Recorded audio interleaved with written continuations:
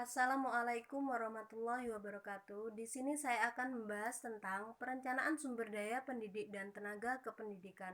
Kami dari kelompok 2, yaitu teman saya Aris Rizkianto T 2019-3178 dan dengan saya sendiri Noviatul Janah T 2019-3167. Perencanaan sumber daya pendidikan dan tenaga kependidikan. Perencanaan merupakan suatu kegiatan yang terkoordinasi untuk mencapai tujuan tertentu dan dalam kurun waktu tertentu. Sumber daya pendidikan, yaitu semua faktor yang dapat dimanfaatkan oleh pengelola pendidikan untuk melaksanakan proses pendidikan dalam rangka mencapai tujuan yang telah ditetapkan secara efektif dan efisien.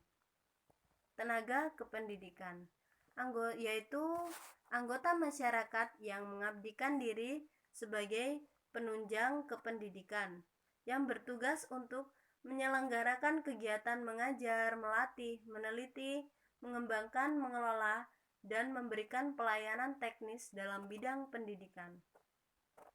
Secara garis besar, manajemen tenaga kependidikan biasanya dikelompokkan menjadi dua kelompok, yaitu pegawai edukatif dan pegawai non-edukatif.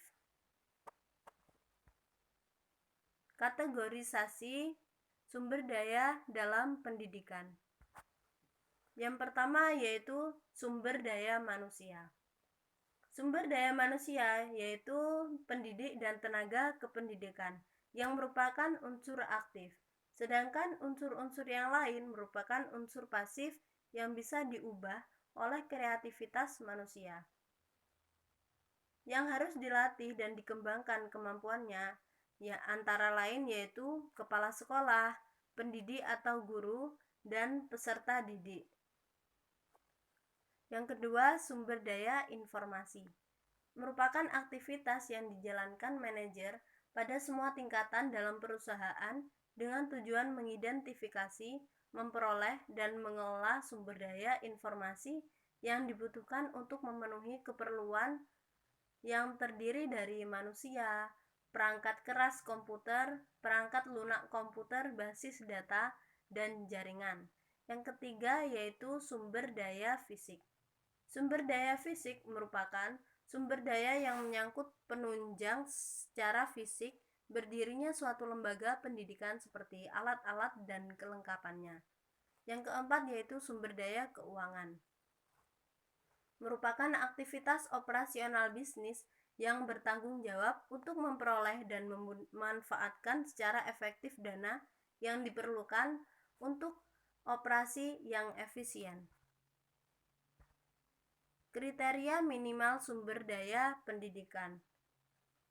Yang pertama yaitu kriteria sumber daya manusia.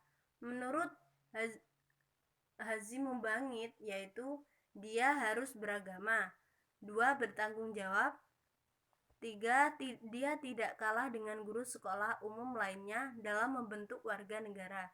Yang keempat, dia harus memiliki panggilan murni dari hatinya. Yang kelima, menguasai mata pelajaran yang akan disampaikan.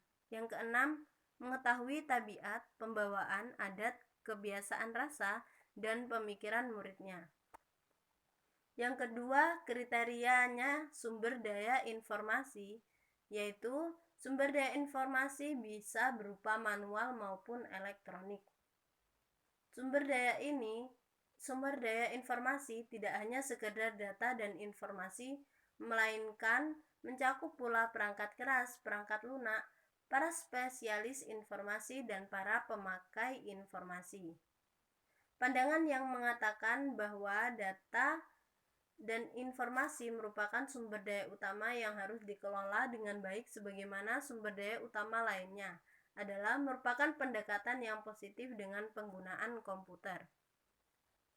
Sumber daya fisik, kriterianya ialah harus mempunyai kriteria minimal antara lain manusia, yaitu punya skill, punya tanggung jawab, dan lain-lain.